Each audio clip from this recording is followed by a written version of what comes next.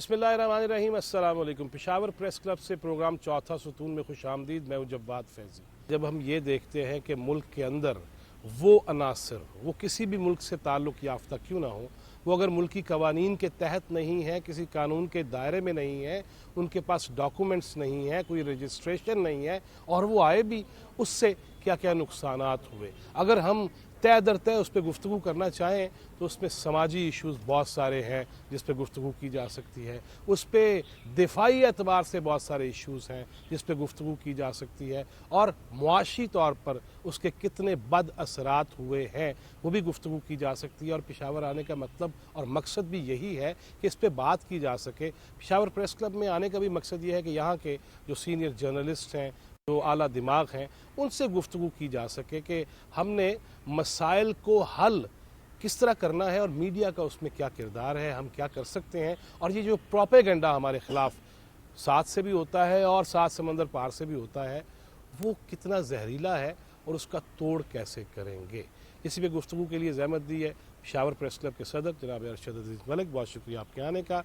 Senior सहाफ़ी हैं, bureau chief हैं, और बड़ी महाज़ों पे मैं देखता हूँ फरजाना अली, बहुत शुक्रिया आपके आने का। अकील यूसुफ ज़ई किसी तारफ़ के मोहताज नहीं है, दिफाई उमूर हों, और अगले महाज़ों पे आप देखेंगे हेलीकॉप्टर और जहाज़ पे भी बैठ के जा रहे होते हैं, इनसे भी बात करेंगे। सीनियर सहाफ़ी जनाब नासिर दावड़, बहुत सारी चीज़ों में आप इनकी तहरीरें और उनका गुफ्तगू भी देखते हैं, बहुत शुक्रिया आपका।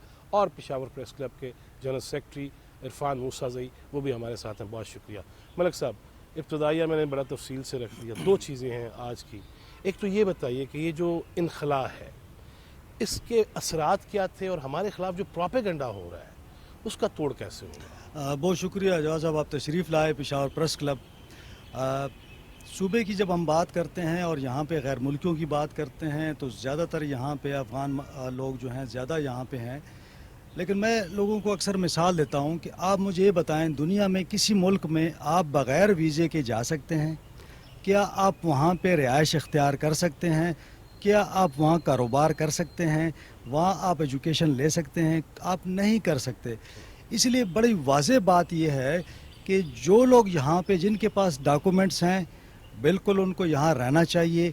वो हमारे मेहमान भी हैं, उनको उनकी देखभाल हमारी ज़िम्मेदारी है। लेकिन जो लोग बग़ैर किसी डॉक्यूमेंट्स के आगे हैं, ना उनके पास कोई वीज़ा है, ना कोई पासपोर्ट है, ना कोई और डॉक्यूमेंट है, वो किस तरह इस मुल्क में रहेंगे। आप देखें यहाँ दहशतगर्दी के वाक़यात आपको पता ही है सूबे में काफ़ी ज़्यादा होते हैं। अक्सर में जो है गैर मुल्की मुलविस होते हैं। फिर अगर गैर मुल्कियों को ट्रेस करना हो आपने, तो आपके पास कोई डाटा नहीं है। यहाँ तो ये है ना कि आपके पास सारा डाटा हो।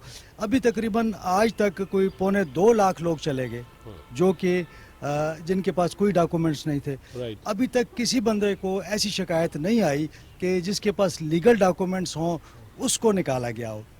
तो देखिए ना, एक मतलब वाज़ेह सी वो है पूरी दुनिया में कि भाई आप अगर यहाँ पे, हम ये भी कहते हैं कि ये जो अफ़गान चले गए हैं बिल्कुल हमारे भाई हैं। अगर कोई गैर मुल्की भी गया है हमारे भाई हैं, जाएँ वहाँ पे। अगर वो आना चाहते हैं, बिज़नेस करना चाहते हैं, बिल्कुल वीज़ा लेके आके यहाँ बिज़नेस करें। प्रॉपर चैनल आया ना, हमें खुशी होगी, क्योंकि पूरी दुनिया में आप बिज़नेस के लिए जाना चाहते हैं आप जा सकते हैं। वो यहाँ पे एजुकेशन के लिए आना चाहते हैं, वेलकम, आ जाए यहाँ पे। अगर उन्होंने इलाज करवाना है, बिल्कुल यहाँ पे हमारे state of the art hospitals हैं, आप इलाज करवाएं आके। आप हर किस्म के उसमें आ सकते हैं, लेकिन उसका एक तरीक़ाकार है। आप पासपोर्ट आपने रखना है, उसके ऊपर आप वीज़ा लगवाएं। आप यहाँ पे आके 2 साल 5 साल आपने रहना है, आपकी कोई इशू नहीं है यहाँ रहने के लिए। लेकिन एक आप जब आएंगे तो एक देखें ना, बायोमेट्रिक होता है जब आप किसी मुल्क जाते हैं। कल को कोई चीज़ हो जाए, कोई वाक़या हो जाए, कम से कम आपके ऊपर जिम्मेदारी नहीं आएगी। हम ये नहीं कह सकेंगे जी वो इल्लीगल लोग थे, ज़्यादा वो लोग इसमें मुलविस हैं। वो एक बदनामी वो भी ख़त्म हो जाएगी। दूसरी बात ये है कि देखें ना, आप हमारी इकानमी में आप यहाँ पे काम कर रहे हैं, आपकी दुकान है, कारोबार आप कर रहे हैं। मेरा जो पाकिस्तानी है या जो लीगल गैर मुल्की है, वो भाई जो है यहाँ पे कमाता है, वो टैक्स दे रहा है, उससे टैक्स काट रहा है। exactly. अब एक बंदा जो है वो हमारे इस पूरे नेटवर्क में ही नहीं है, ना उसके पास शनाख्त का कोई जरिया है। अगर उसने कोई कारोबार शुरू कर दिया है तो वो बिजनेस कर रहा है, उससे कोई नहीं पूछता कि भाई कितने कमाए आपने, कितना टैक्स दिया आपने। तो वो चीज़, अगर आपने कोई घर लिया हुआ है किराए पे, आप تو وہ جو معاشی طور پر آپ کہتے ہیں نا ٹیکس نیٹ ورک جو ہے ہمارا، اس میں کافی سارا یہ ایشو آ رہا ہے کہ بہت سارے لوگ جو کاروبار کرتے ہیں اس کا وہ ٹیکس نیٹ ورک میں نہیں. مجھے ابھی جس طرح ملک صاحب نے فرزانہ یہ بات کہی ہے کہ ٹیکس نیٹ میں یہی تو ہم بھگت رہے ہیں کہ ٹیکس نیٹ میں لوگ نہیں ہیں اور آئی ایم ایف کی شرائط پہ ہمیں پورا اترنا پڑتا ہے. اس ساری صورتحال میں نے یہ دیکھا پہلے بھی پشاور کے اندر بھی، کراچی کے اور دیگر بڑے شہروں میں بھی، کہ جب آپ ٹیکس نیٹ میں بھی نہیں ہیں، کیش پہ کام کر رہے ہیں اور کروڑوں اربوں کا کام ہے، اس میں آپ کا فائدہ آپ کی جیب میں جا رہا ہے اور نہ آپ لیگل ہیں.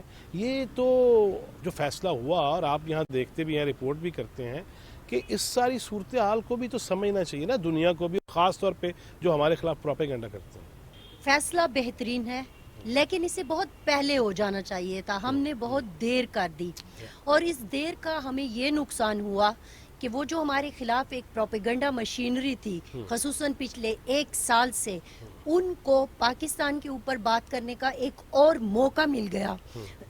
اور وہ کیا انہوں نے اس کا فائدہ اٹھایا؟ Human rights violation. اب جب آپ کسی کو ملک سے جانے کے لیے کہتے ہیں، جنہوں نے جیسے کل میں کیمپ میں موجود تھی، تیسری جنریشن، اتنا چھوٹا سا بچہ اور ینگ سا اس کا والد اور بوڑھا سا اس کا دادا، اب یہ 3 جنریشن واپس کنڑ جا رہی ہیں. یہ ایک ہیومن رائٹ کے حوالے سے یا ہیومن اینگل کے حوالے سے آپ کہیں تو بڑی اٹریکٹیو چیز ہے کہ وہ بچہ جو ہے جو ینگ باپ تھا وہ فریاد کر رہا ہے کہ مجھے تو پاکستان بہت پسند ہے. بھائی آپ کو پاکستان پسند ہے تو میں آپ سے یہ سوال کر رہی ہوں، آپ ادھر پیدا ہو گئے، آپ نے اب تک کاغذ کیوں نہیں بنایا؟ سادہ سی بات. ٹھیک ہے، انہوں نے کہا ہم نے سمجھا کہ شاید یہ ہمارا ملک ہے.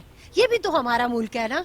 ارے بھیا آپ کا اچھا جو یہاں رہتا ہے اس کا نکاح ہے، اس کی رجسٹریشن ہے، اس کا فارم ہے، اس کا بچہ ہے. یہ میں آ رہی ہوں. میں ٹھیک ہے اس کے جذبات اگر ہم اس کو دیکھیں، احساسات کو دیکھیں، جذبات کو دیکھیں تو اس میں بہت ساری چیزیں ایسی نکل رہی ہیں کہ جس کے اوپر دل دکھتا ہے.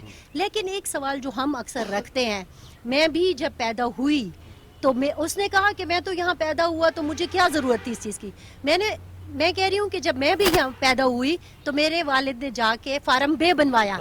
ان کو دنیا کو بھی چھوڑے، ریاست پاکستان کو بتانا پڑا کہ یہ میری بیٹی ہے. بالکل ایسے پھر نکاح نامہ ہوتا ہے، پھر آپ کی بلکہ اس سے پہلے آپ کا ڈومیسائل بنتا ہے. یہ ساری چیزیں تو کاغذ تو آپ کو بنوانے ہیں، سیدھی سی بات ہے. ٹھیک ہے، اب آپ نے نہیں بنوائے، آپ نے کہا میں تو سمجھا یہ میرا ملک ہے، اب میرے ساتھ یہ لوگ غلط کر رہے ہیں. ٹھیک ہے، اس کا ہیومن اینگل بہت ایسا ہے کہ جس کے اوپر آنسو بھی بہتے ہیں، جس کے اوپر دل بھی دکھتا ہے. لیکن ہم 73 74 75 سال سے جس عذاب سے گزر رہے ہیں، اور خصوصاً آپ دادا نے مجھے خود کہا کہ میں 80 کی دہائی میں آیا تھا. آپ کو پتہ ہے کہ 80 کی دہائی نے آج تک 80 کی دہائی کی لاشیں ہم آج تک اٹھا رہے ہیں. تو ہر ایک چیز کا اگر ہم دیکھیں کہ ٹھیک ہے میرا بھی دل دکھتا ہے کہ جو ہیومن رائٹ وائلیشن ہوگی، کسی کو کان سے پکڑ کر آپ نکال رہے ہیں، ٹھیک ہے، لیکن وہ جو میں نے لاشیں دیکھی ہیں، وہ جو میں نے خون بہتے دیکھا ہے، ٹھیک ہے، تو مجھے تو پتا ہو نا. میں تو جب یہ 15 اگست کا واقعہ ہوا، اس کے بعد فال آف کابل ہوا، اس کے بعد ہم نے پہلا سوال یہی اٹھایا کہ بھئی جو آ رہے ہیں ان کی رجسٹریشن کریں، بغیر رجسٹریشن کے ایک بندے کو بھی سرحد پار نہ کرنے دیں. ٹھیک ہے، تو ہم نے تو یہ کرنا ہے. کس ملک میں ایسا ہوتا ہے؟ اچھا، پھر ایک سوال یہ بھی اٹھا کہ جناب فلانے ملک میں تو 5 سال بعد آپ کو وہ مل جاتی ہے، نیشنلٹی مل جاتی ہے.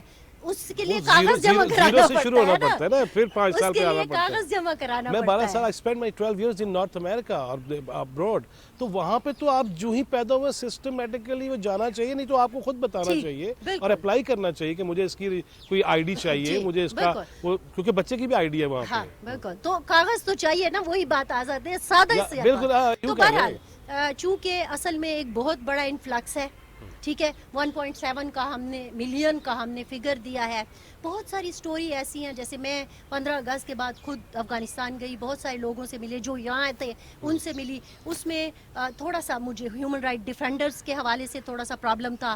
مجھے تھوڑا سا ایشو جو تھا وہ جرنلسٹوں کے حوالے سے ہے کہ وہ وہاں جا کر کیا کریں گے. اسی طرح ویمن ایجوکیشن جو حاصل کرنے یہاں ہے تو ان کا کیا ہے. لیکن ہر ایک سے ہم یہ ساتھ ساتھ گزارش بھی کر رہے ہیں کہ چلو اب تک نہیں ہوا تو اب اپنی ڈاکومنٹیشن کروا لیجیے. اگر آپ جینوئن ہیں، جائز ہے تو بالکل، اور واپس آئیے. جیسے ارشد صاحب نے کہا اپنی ڈاکومنٹیشن کروائیے، رہیے یہاں پہ، آپ کو کچھ نہیں کہا جائے. یوسف زئی صاحب، ابھی یہ بات ہوئی کہ کہ ख़ास तौर पे फरजाना ने बात की साल एक की साल डेढ़ की, उसमें हमने ये भी देखा कि न सिर्फ ये प्रोपेगेंडा बल्कि मुल्क के अंदर भी जो जो हुआ, जिस तरह शहदा की बेहरमती हुई, जो जो जलाया गया, घेरा गया, उसके बाद भी मैं देखता हूँ बैरून मुल्क से एक प्रोपेगेंडा शुरू होता है और रीट्वीट और रीपोस्ट के नाम पे हमारे ख़िलाफ़। और इंसानी हकूक़ तब भी याद आ गए। ये इंसानी हकूक़ जिस तरह फरजाना कह रही थी कि जब हमने लाशें उठाए, जब यहाँ कल्चर आया, जब यहाँ क्लाशनकोफ आई, जब हमारे बच्चों को नशों पे लगाया गया और वो कहाँ कहीं औंधे मुँह पड़े हैं, कहीं कभी कहीं पड़े हैं, वो नस्ल हमने तबाह की, तो वो किसी को नज़र नहीं आ रहा था। बहुत शुक्रिया कि आप पेशावर आए हैं और पेशावर प्रेस क्लब में बैठे हुए हैं। ये वो प्रेस क्लब है मेरे ख्याल में साउथ एशिया का जहाँ पर खुदकश हमला हुआ है 2009 या 10 में। यस। तो हमने जो नताइज भुगते हैं या हमने जो असरात भुगते हैं, उसका भी आलमी बिरादरी को, हमारे मीडिया को, हमारे कीबोर्ड वॉरियर्स को, जिसकी तरफ आपने इशारा भी किया, एहसास होना चाहिए कि कोई भी मुल्क इस किस्म की सूरत हाल में, हम ये नहीं कहते फैज़ी साहब के पाकिस्तान के अंदर जो दहशतगर्दी जारी है इसकी जिम्मेदारी अफगानियों पर आयद होती है, हमने ये कभी नहीं कहा, मगर एक फैक्टर है। इसके अलावा प्रधान ने जिस तरह बात की, कल मैं बैंक गया हुआ हूँ सैलरी निकालने के लिए, तो मुझे बताया गया कि आपका शनाख्ती कार्ड जो है ना एक्सपायर हो गया है कोई 1 महीने पहले, तो हमने जो है ना आपके अकाउंट को जो है ना वो कर दिया है, ब्लॉक कर दिया है। तो मैं तो अफगान मुहाजिर नहीं हूँ ना, ठीक है, ठीक है। एक तरीकाकार है, सिस्टम के अंदर जाकर आपने रहना होता है, एक तरीकाकार, उस तरीकाकार से आप इख्तिलाफ कर सकते हैं, मगर जो बेसिक्स है उसको आपने, जिस तरह प्रधान ने बताया भी कि वो आपने फॉलो करना पड़ता है उस तमाम प्रोसेस को। दूसरी बात यह है कि मैं आपकी तवज्जो या आपकी नाज़रीन की तवज्जो एक और फैक्टर की तरफ दिलाना चाह रहा हूँ। बात यह है कि अभी तो जिस तरह प्रधान ने फरमाया भी कि मतलब वहाँ पर अफगानिस्तान में 15 अगस्त के बाद मीडिया को, इजहार राय को या डेमोक्रेटिक फोर्सेस को या इंटरनेशनल कम्युनिटी को प्रॉब्लम्स हैं। सवाल ये उठता है कि इस वक्त जो 40 लाख, यूएनओ ने कहा है कि तकरीबन 38 लाख है, हम कहते हैं कि 40 लाख है, इसलिए कि 6 से लेकर 7.5 लाख तक डॉक्यूमेंटेशन के थ्रू लोग आए हैं, तो हमने उनको मना किया है।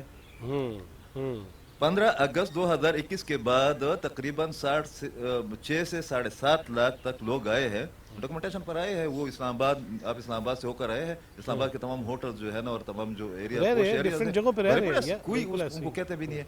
सवाल ये उठता है फैजी साहब कि 2002 के बाद जब अफगानिस्तान के अंदर 2-3 लाख नेटो और अमेरिकन फोर्सेस आ गई, उनके साथ फिर 4-5 साल बाद 1 लाख या 2 लाख अफगान फोर्सेस कंक्लूड हो गई या इंक्लूड हो गई, ठीक है।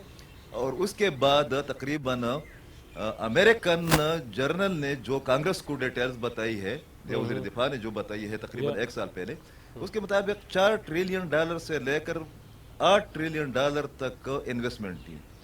उस वक्त अमन भी था निस्बतन, उस वक्त फाइनेंशियल एक्टिविटीज भी जारी थी, उस वक्त कॉन्स्टिट्यूशनल राइट्स भी उसकी कोई ना कोई शक्ल मौजूद थी पहले के मुकाबले में या बाद के मुकाबले में।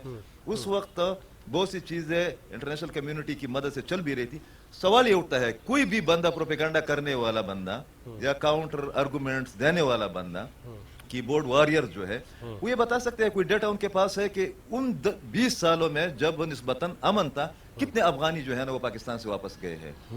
अरशद साहब को और प्रधाना को याद होगा, एक प्रोजेक्ट लॉन्च हुआ अशरफ गनी साहब की पहली हुकूमत में, उसका नाम रखा था खपल वतन गुल वतन, कि अपना वतन पूल वतन, पूल जैसा वतन। बिल्कुल ठीक। अच्छा, उसमें डॉलर दिए जाते थे, उसमें रोजगार दिया जाता था, उसमें वहां पर फैसिलिटेशन दी जाती थी, उसमें भी सिर्फ 3% लोगों ने जो है ना उन्होंने हिस्सा डाला, और फिर ये जाकर डॉलर्स वगैरह फैसिलिटेशन लेकर जो है ना जलालाबाद में रिश्तेदारों के साथ जो है ना पिकनिक मनाया, फिर वापस फिर आ जाते थे। अच्छा, तो इशू ये है, उधर से लिए और फिर आ गए। हाँ, तो इशू ये है कि उन 20 बरसों में अगर ये नहीं, तो ये ह्यूमन राइट्स की चीजें, ये तमाम चीजें जिस तरह प्रधाना ने कहा भी, देखिए पाकिस्तान का जो इशू है कि पाकिस्तान कुर्बानी भी देता है, मगर मिस मैनेजमेंट की वजह से या नैरेटिव के फुकदान की वजह से या चंद अनासर के प्रोपेगेंडा की वजह से उसको उसका क्रेडिट भी नहीं मिलता। मिसाल के तौर पर आप इंडियन मीडिया को देख ले, ये वही इंडियन मीडिया है या इंडिया है जिसने एक इंटरनेशनल मीडिया हाउस की हालिया रिपोर्ट के दौरान डॉक्टर नजीबुल्लाह साहब जब फंस गए या काबुल के अंदर, तो उस वक्त उनकी फैमिली को इंडिया ने कहा कि हम आपको शिफ्ट कर रहे हैं, बल्कि इन लोगों ने खुद वो किया था, इन्होंने खुद अप्रोच किया था इंडिया को। यस के बचा बाद लेंगे। में जब रशीद दोस्तम साहब ने उनका घेरा डाला तो ये एयरपोर्ट से वापस गए हैं, तो उस वक्त पाकिस्तान वाहिद मुल्क था जिसने उनको कहा कि आप लोग हमारी एम्बेसी में शिफ्ट हो जाए। 3-4 दिन से, एक हफ्ते से जो है ना, इंडिया को बड़ी फिक्र है अफगान मुहाजिरीन कि भाई वो हमारे भाई है, वो हमारे तरबूर है, हमारे चचाजाद है, हमारे रिश्तेदार है, मतलब हम इतने आपको क्या प्रॉब्लम है? हम जाने और वो जाने, भाई इसमें आप लोगों को ज्यादा सर कपाने की जरूरत नहीं। तो मेरे ख्याल में इस वक्त जरूरत इस बात की है कि ठीक ठाक तरीके से इनको हैंडल किया जाए। ये जो लोग चीख रहे हैं ना, कोई एक जो सोशल मीडिया पर प्रधान है ये कीबोर्ड वारियर लगे हुए, कोई एक तस्वीर मुझे ये बताए कि इनके पड़ोस में जो अफगान फैमिली है, जब वो वापस जा रहे थे इन्होंने कोई काना किया है, इन्होंने जो है ना इनको कोई सपोर्ट किया है। मेरे ख्याल में अफगानी इतनी शिकायत नहीं कर रहे जितने पाकिस्तान के बाद अनासर जो है ना उनको बहुत बड़ी फिक्र है। हालांकि उन लोगों ने कभी भी इन अफगानों के साथ पर्सनल कैपेसिटी में कोई जो है ना न उनकी सपोर्ट किया, न सरपरस्ती की। सही है। नासिर दावर साहब, मैं आपकी तरफ आना चाहूँगा कि ये जो प्रोपेगेंडा, मैं इसी पे बात करूँगा कि जिस कदर प्रोपेगेंडा किया जाता है, और बाहर से अंदर से तो जो हिलाते हैं डोरियाँ वो तो हम भी देखते ही हैं। कभी कोई कह रहा है जितना मर्जी जुब्बा दस्तार वाला हो, इंसानी हकूक़ की, वो भी बात करना शुरू कर देते हैं। लेकिन इशू ये है कि क्या हम अपने ही मुल्क के आइन के मुताबिक नहीं चल सकते, और बाहर बैठा हुआ कोई बंदा हमें, अब तो सुप्रीम कोर्ट में भी बड़े तस्करे हो रहे हैं बाहर से आने वालों और जाने वालों के, उनको ये क्या तुक बनता है कि वो ये बात। मेरा ताल्लुक एक ऐसे इलाके से है जहाँ से मसले बने हैं पाकिस्तान के लिए, रियासत के लिए, लोगों के लिए, और उसका मेन सबब जो था वो वहाँ पर जो मेहमान थे उनके साथ कागजात का ना होना, उनके साथ पाकिस्तान का या जो हमारे आइन है, दस्तूर है, जो जिस तरह के हमारे सीनियर ने बात की कि बग़ैर वीज़े के, बग़ैर शनाख्ती कार्ड के, बग़ैर पहचान के आप रहते हैं, तो हमारा जो मसला है इस धरती का, इस मुल्क का, इस रियासत का, वो बन गया है ऐसे लोगों से जिनके पास पाकिस्तानी शनाख्ती कार्ड नहीं थे और वो इकट्ठे हुए थे। उस वक्त शायद हमारे जो इदारे हैं वो सो रहे थे या कोई और असाइनमेंट में बिजी थे, लेकिन मैं इतना बता दूं कि हमारे इदारों ही की वजह से, की गफलत की वजह से, या हमारी जो मेहमान नवाजी है पश्तूनों की, उसकी वजह से इस मुल्क के लिए मसले बन गए हैं और आज भी हम वही भुगत रहे हैं।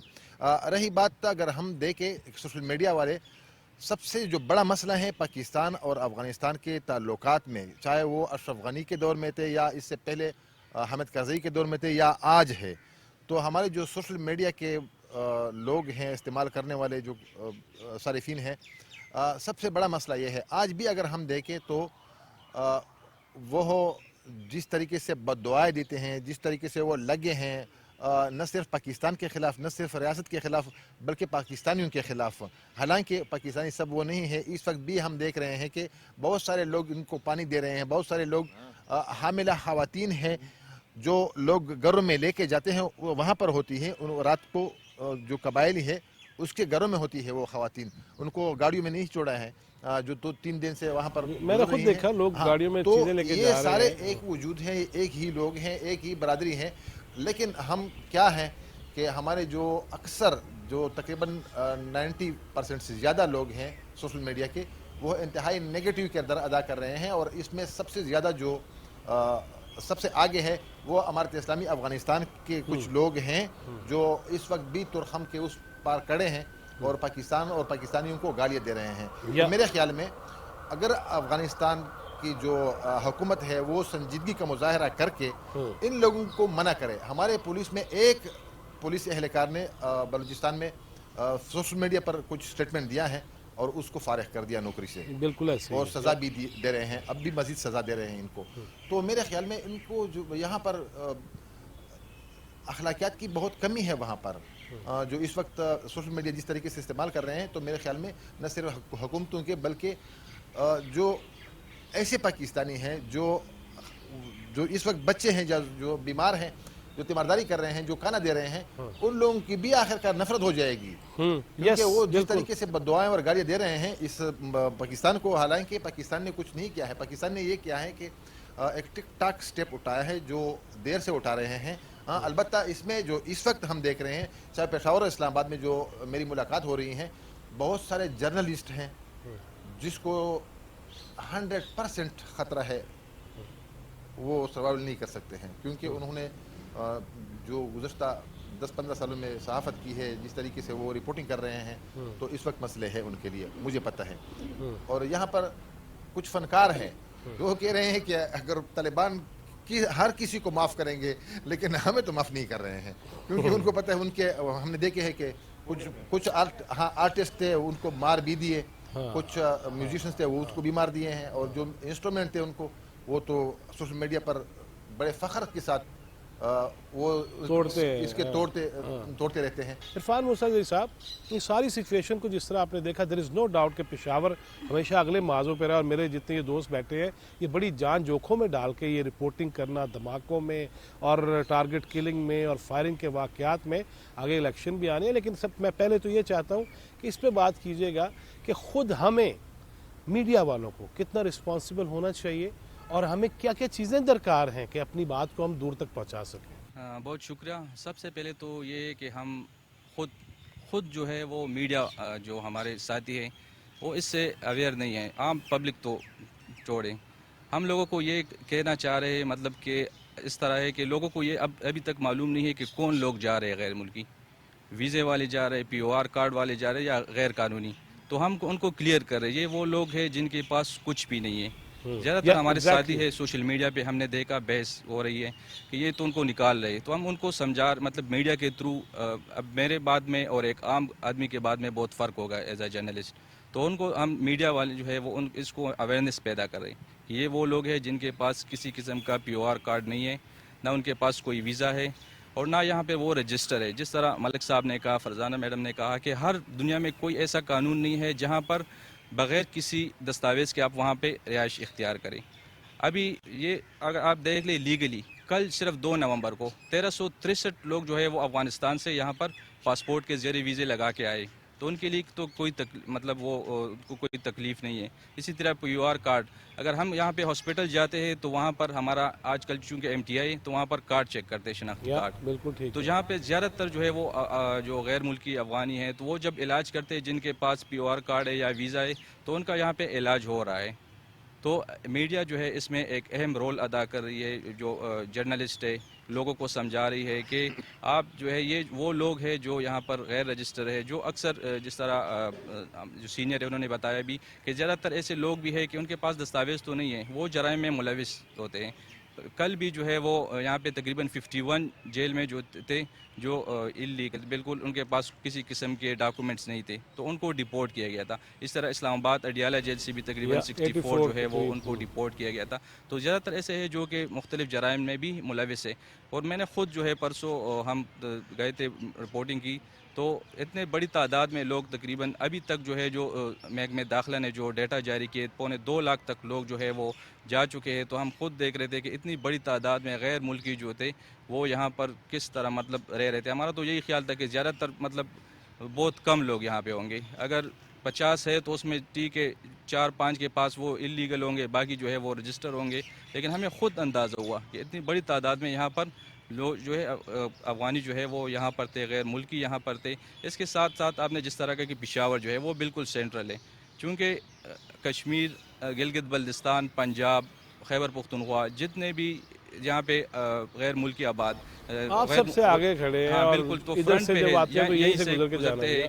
ان کے لیے جو کیمپ بنائے گئے ہیں وہ بھی پشاور میں اور لنڈی کوتل میں جو ہے بنائے گئے ہیں, تو اس کو بھی ہم کور کر رہے ہیں.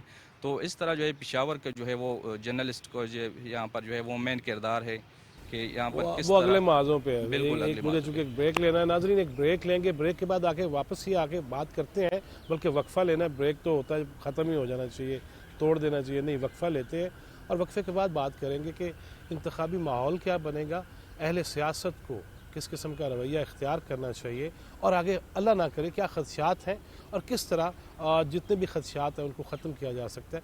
چھوٹی سی ایک وہ وقفی ہے, اس کے بعد واپس آتے ہیں.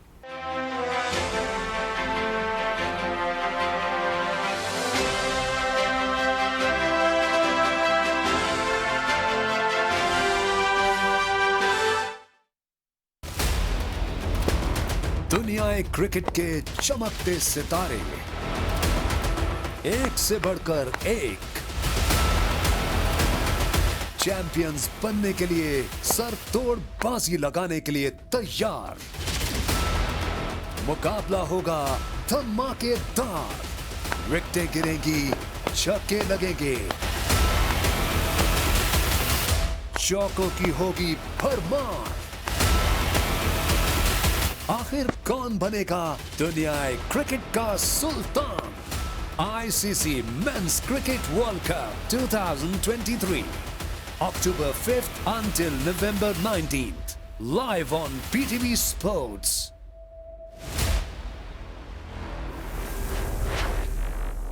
Game on है।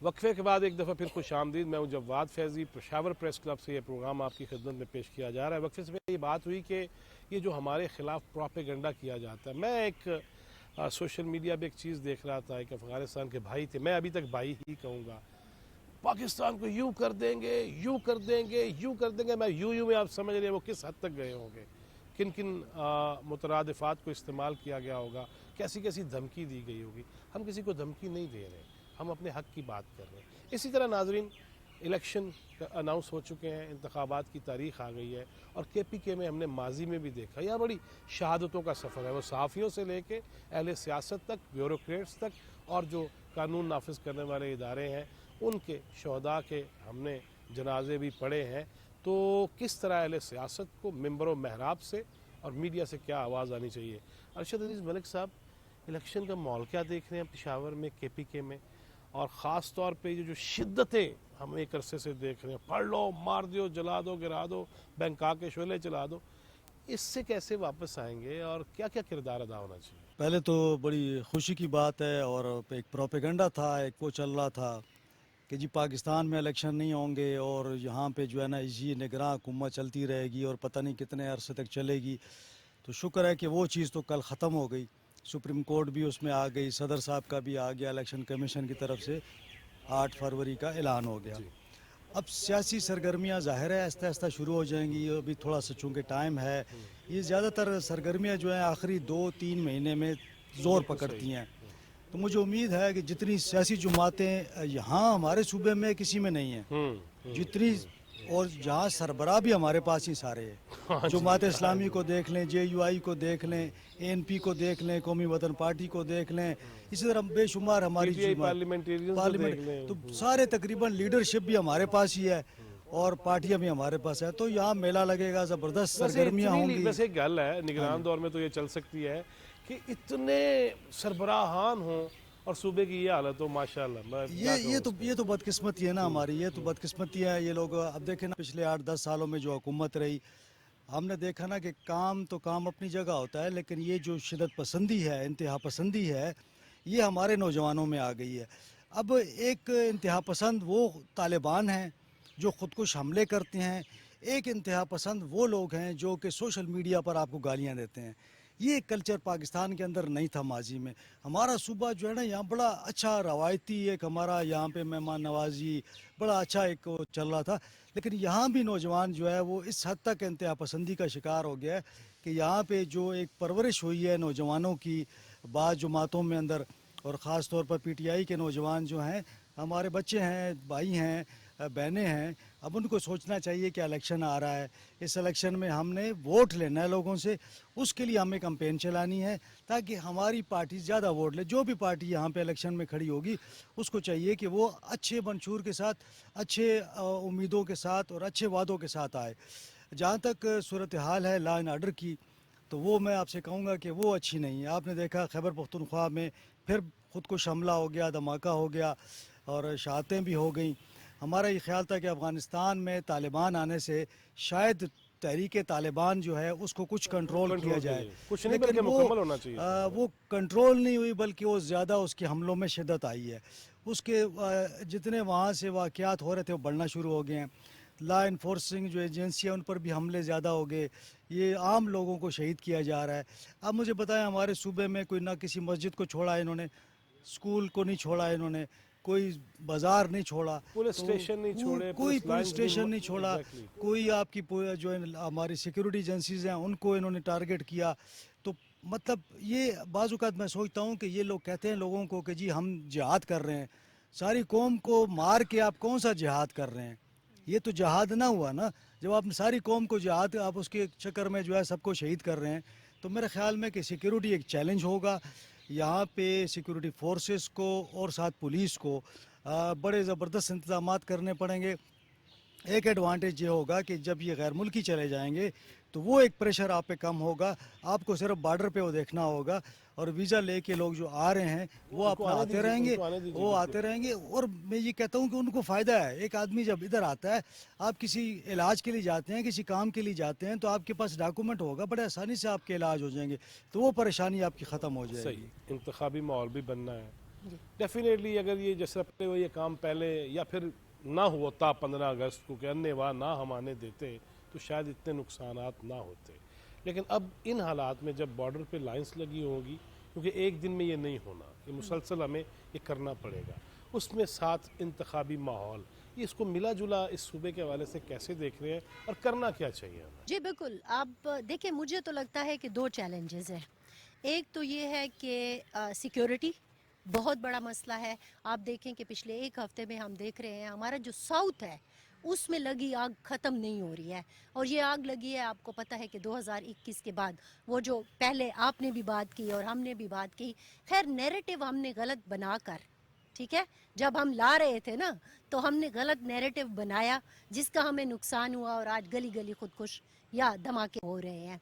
तो एक तो ये है कि हमें इन चीज़ों पर बहुत ध्यान रखना होगा कि नेक्स्ट जो हम करने जा रहे हैं उसका कोई और खमियाजा हमें अगले 10 सालों में ना भुगतना पड़े। एक तो हमें इस चीज़ को ध्यान रखना है कि ये सिक्योरिटी के जो इश्यूज़ हैं इनको हमने काबू करना है। शायद जैसे कि अरशद साहब ने कहा कि हो सकता है कि ये जो इलीगल इमिग्रेंट्स हैं ये चले जाएं तो इससे कोई फ़र्क पड़ जाए। बॉर्डर को तो हमने सेव किया हुआ है, आपने देखा, फेंसिंग की है, सारा कुछ है। अच्छा, दूसरी चीज़ जो है वो मुझे लगता है कि पॉलिटिकल डिवीज़न वो भी बहुत बड़े प्रॉब्लम का सबब बन सकती है। अच्छा, एक तो वो सिक्योरिटी जो है, कुछ खास आपने देखा ना, जमातों को अभी से ही निशाना बनाना शुरू कर दिया गया है, और वो अगर मुसलसल इस बात को दोहराते कि हमें लेवल प्लेइंग फील्ड नहीं मिल रहा, हम जाके अपने जलसे नहीं कर सक रहे, हम जाके में हमारी इवन के कॉर्नर मीटिंग में भी ब्लास्ट हो जाते हैं या कोई इस तरह का मामलात हो जाते हैं, तो ये चीज़ें तो हमने देखनी है। अगर पॉलिटिकल डिवीज़न इस तरह बढ़ती रही और पॉलिटिकल पार्टीज़ शिकायत करती रहीं तो फिर तो ज़ाहिर है इलेक्शन पे एक बहुत बड़ा सवालिया निशान आ जाएगा, क्योंकि हमने माजी में भी देखा कि बिफोर पोलिंग भी रेगिंग हो सकती है, ठीक है, इफेक्ट डाला जा सकता है, ठीक है, हमने देखा कि वो हो रहा है। तो हम नहीं चाहते कि 2013 और 2018 को दोबारा से अगर दोहराया गया तो फिर प्रॉब्लम हो सकता है। और तीसरी अहम वजह, खुद अहले सियासत का किरदार कैसे देखिए, तीसरी वजह बताते हुए मैं आती हूँ अहले सियासत की तरफ। ये जो तीसरी वजह है ना, ये अहले सियासत के हाथों में है। और वो तीसरी वजह क्या है? वो जो हमने पिछले 4.5 सालों में मरकज़ और पूरे मुल्क में और 10 सालों में पाकिस्तान खैबर पख्तूनख्वा में एक ऐसा उनसर पैदा किया है जो किसी की मानने को तैयार नहीं है। अगर उसको लगा कि यहाँ किसी एक को आपने हटा दिया है मंजर से और बाकियों को आपने खुल के खेलने की इजाज़त दी है, तो वो उनसर क्या रिस्पांस करेगा?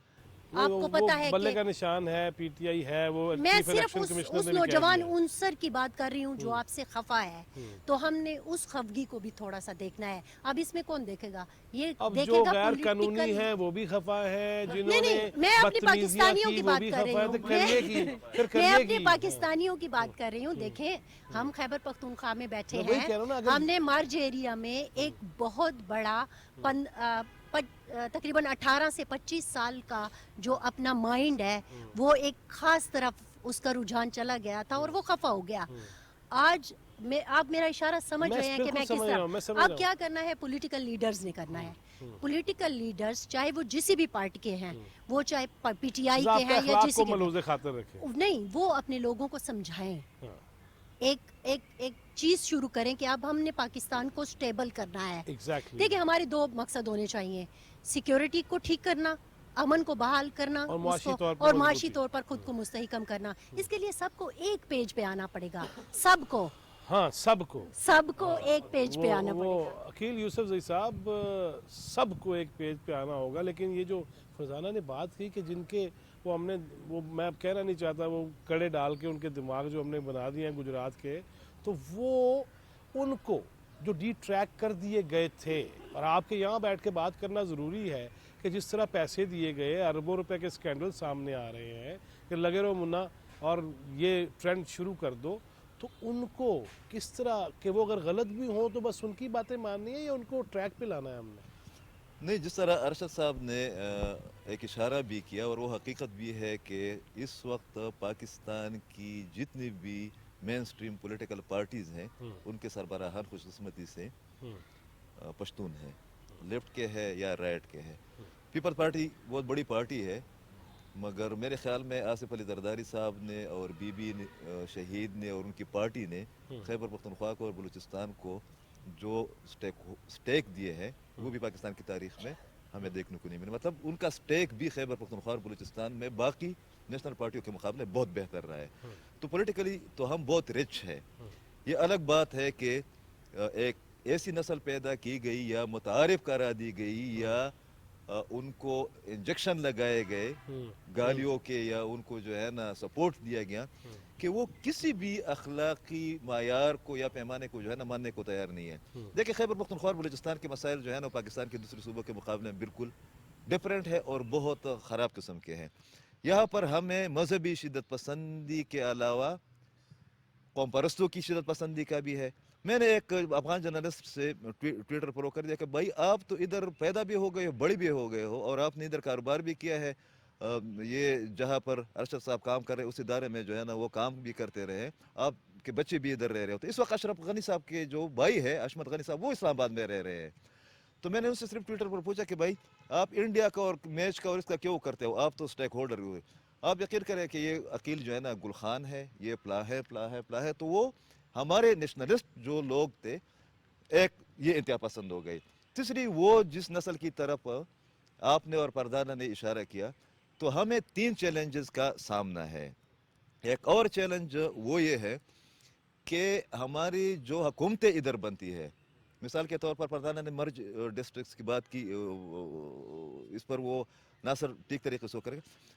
پچھلی حکومت نے جس کو مینڈیٹ دیا گیا تھا, تو آپ ایک بندہ جو وزیر اعظم نہیں بنا تھا وہ ڈرون کے خلاف اور پلا کے خلاف وہ دھرنے دے رہا تھا اور ڈرامے کر رہا تھا. جب اس کی حکومت بنی انہوں نے 400 ارب روپے سیکیورٹی کی اور مر ایریا کے وہ سوات میں اور ملکنڈ ڈویژن میں اور یہاں پر چیری بیری میں اور کرپشن میں جو نہ لگا دیے.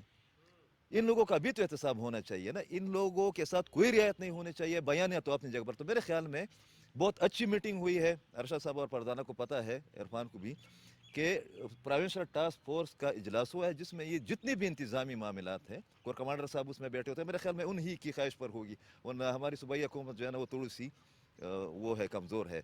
اور باقی جتنی بھی بیوروکریٹس تھے یا جتنی بھی ادارے تھے, مختلف سربراہان تھے اداروں کے, ان لوگوں نے مرج ڈسٹرکٹس کے ایریاز کے مسائل کو بھی ایڈریس کیا ہے. ایڈمنسٹریٹولی خیبر پختونخوا کو جو مسائل ہے اور فائنینشیل جو مسائل ہے, اور وفاقی حکومت نے میرے خیال میں 2 دن یا 3 دن پہلے, یہ ارشد صاحب کی اسپیشلٹی ہے کہ 19 ارب روپے جاری بھی کر دیا ہے مرج ڈسٹرکٹ کے لیے.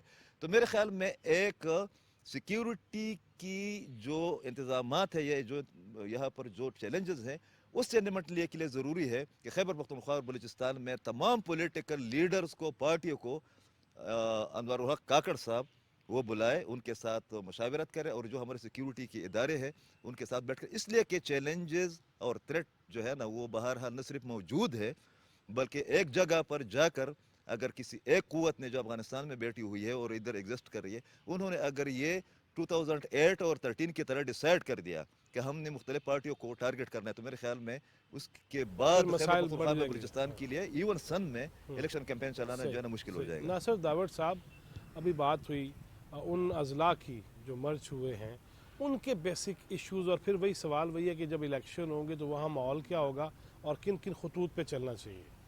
देखिए, सबसे बड़ी बात जो हमारे कबायली अजला का है वो यही है कि कबायली अजला का इंज़माम इसी नाम पर हो गया कि इसको मेन स्ट्रीम में लाया जाए और इनकी जो महरूमी है उनका ख़ात्मा हो। इनके लिए इतने इतने पैसे, इतने इतने अरब डॉलर और मुकर्रर कर दिए, और अकील साहब ने ये वाज़ेह कर दिया कि उनको भी इन लोगों ने नहीं बख्शा और स्वात और पेशावर में और इधर उधर खर्च कर दिया।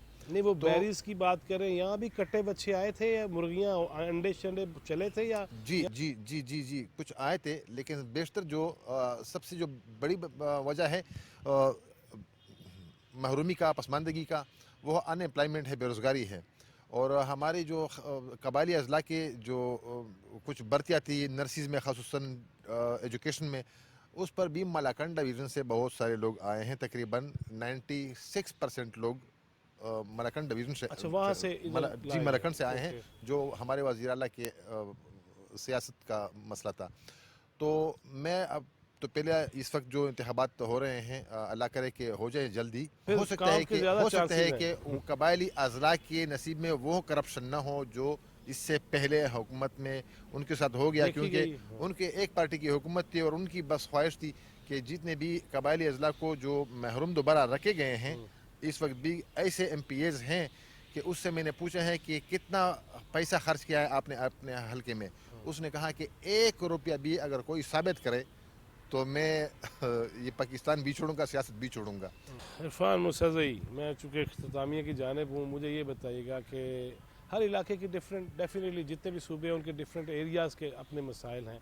मैं शहर पेशावर में खड़े बैठ के ये अगर पूछूँ कि यहाँ का नंबर 1 मसला क्या है और सियासी जो आमायदीन हैं उनका ज़हनी और जज्बाती और ज़बानी कलामी और तर्ज़ तकल्लुम वो क्या नज़र आ रहा है और क्या होना चाहिए?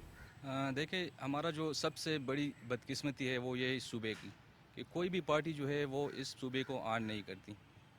कोई भी मतलब जो फेडरल लेवल की गवर्नमेंट है, पहली दफ़ा जो है वो इस सूबे में दूसरी मरतबा हुकूमत आई, तो ये मतलब कहा जाता कि अब जो है सूबा मतलब बेहतर हो जाएगा। और इतनी मतलब स्ट्रांग उनकी हुकूमत थी कि बिल्कुल 95 सीट्स थे, उनको ज़रूरत भी नहीं थी इत्तेहाद की किसी किस्म की। लेकिन उसके बावजूद जो है यहाँ पर किसी किस्म का उस तरह काम नहीं हुआ। जिस तरह नासिर साहब ने कहा कि स्पेशली कबायली अजला में वहाँ पर दूसरे डिस्ट्रिक्ट से जो है वो भर्तियाँ की गई। वहाँ पर जो हेल्थ में जो है मुख्तलिफ मतलब इस तरह पैसे लेके वहाँ पे DHOs वगैरह तैनात किए गए।